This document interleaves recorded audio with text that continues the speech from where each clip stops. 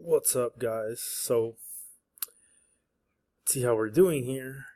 The market came back down, and vol is still high. So your Vega is important. So yeah, this looks like it's gonna be. I'm at 90 now. So it looks like it's gonna be a loser for that much, but I'm gonna roll into big premium next time I roll. So hopefully we can. I think we're gonna stay around here for a bit. Um, we're just gonna go sideways for a bit, but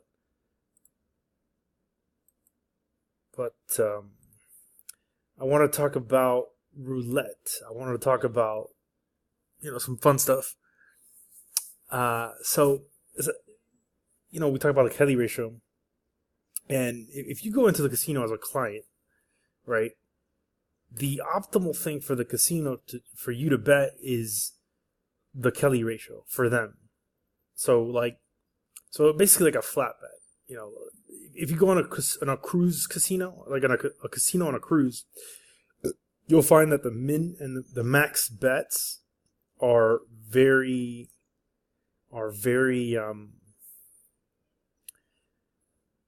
tight. So on a cruise, it might be $1 minimum, 25 maximum, and the reason they do that is because that's within the Kelly ratio. It's the most optimal situation for them. They take the least amount of volatility in their returns. So if you want to maybe not win in a casino but make it more difficult for them, what you do essentially is you do the opposite of that. So you try to find the highest payout, okay, and you try to find no min or max. So basically, if you go to roulette, you have odds of 1 to 35 if you make a single number bet. And that's sort of what I've come up with. I did this strategy. There used to be a website called Test My Strategy, and you could run like back test on it.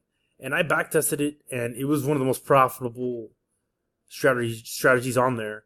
But of course, it's not long term. You see what I mean? It's not like you shouldn't be counting on it. It's not like options where you have an edge.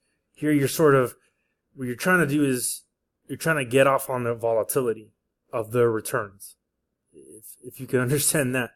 So, when you see a lot of professional gamblers, a lot of times they'll make 10 big bets and they're done. So this is kind of the same thing, but I've sort of quantified it. So in terms of odds, the most odds you can get in a casino is at roulette. You have 1 to 35. And actually, I did the strategy pretty recently. Since I'm in Colombia, I use, and that's what's great about Colombia. Since, you're using the currency here, it's much cheaper. So, 500 pesos is like 17 cents. And so the big strategy is this is, 1 unit is 500 pesos. This is one unit equals 1,000 pesos. Okay. So this is each bet. This is the total that you've wasted betting.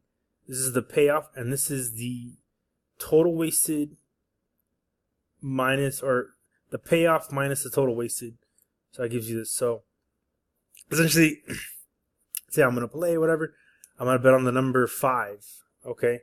So I start 500, 1,000, 1,500, 2,000. So that's how my bet progresses. And so the time where you make the most is at 37. Okay, that is where you make the most money. Where you make the most money after betting, whatever, after your total bets. So I went to the casino recently, and I got up to 11,500 on I hit the number at 11,500, and I made about that much, which is like $90, $89 in terms of total return. And then I left.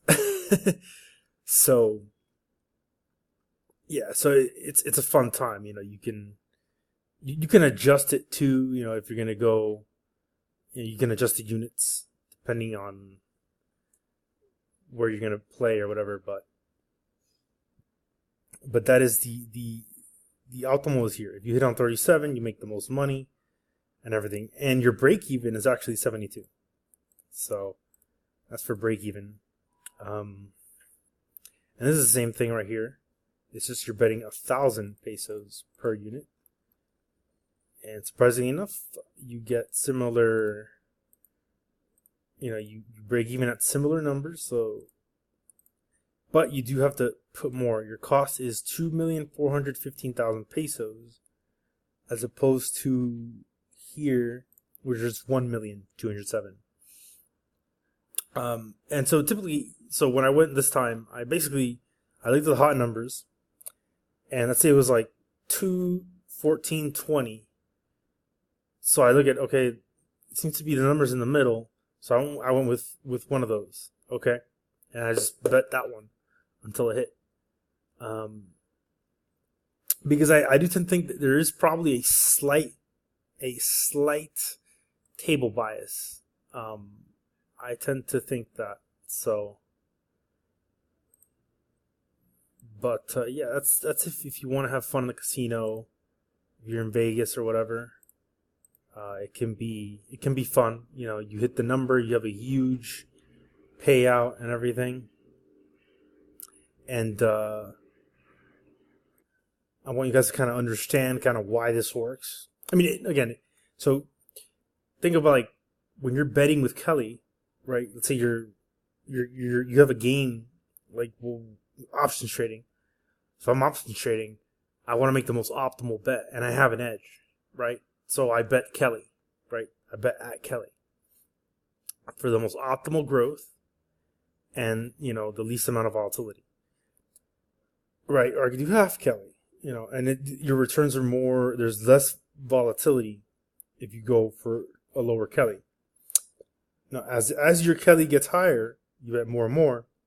Well, now you can get into this range where you may not even get a return, right? Because the volatility gets so high. So, one way of illustrating, so what you're essentially doing is you're becoming an outlier, okay? So like here, it's 50 bets, and then you have different Kelly ratios, right?